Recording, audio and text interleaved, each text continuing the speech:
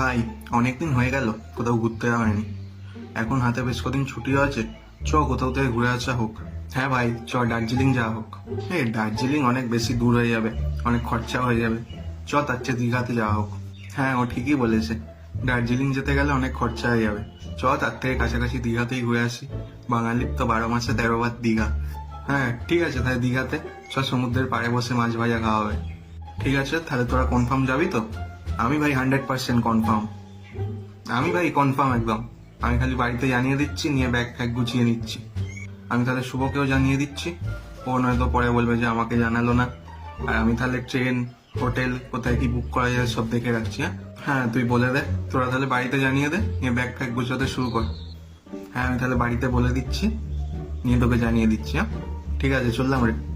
Hello শুভ, আমরা next উইকে বন্ধুরা মিলে দীঘা যাওয়ার প্ল্যান করছি রে। হ্যাঁ তুই ভাই, যাবি তো? একদম মজা হবে। হ্যাঁ মজা হবে।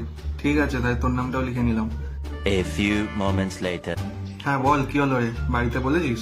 না রে ভাই, আমার হবে না, এবারের ছুটিতে বাবা দেশের বাড়ি নিয়ে যাবে বলছে। ধুর, তুই রাখতো, তোর প্রত্যেকবারে একই নাটক। ছাড় ছাড়, যেতে হবে না। হ্যাঁ ভাই, তুই যাবি তো? এই দেখ না, বলছে এখন যাবে না। না রে হ্যাঁ। ভাই, আমারও হবে না, বাড়ি থেকে পারমিশন দিচ্ছে না রে। তোরও হবে না? আরে প্ল্যান করার সময় তখন রাজি হয়ে যাস। ঠিক আছে, আর কি করা যাবে, ছাড়।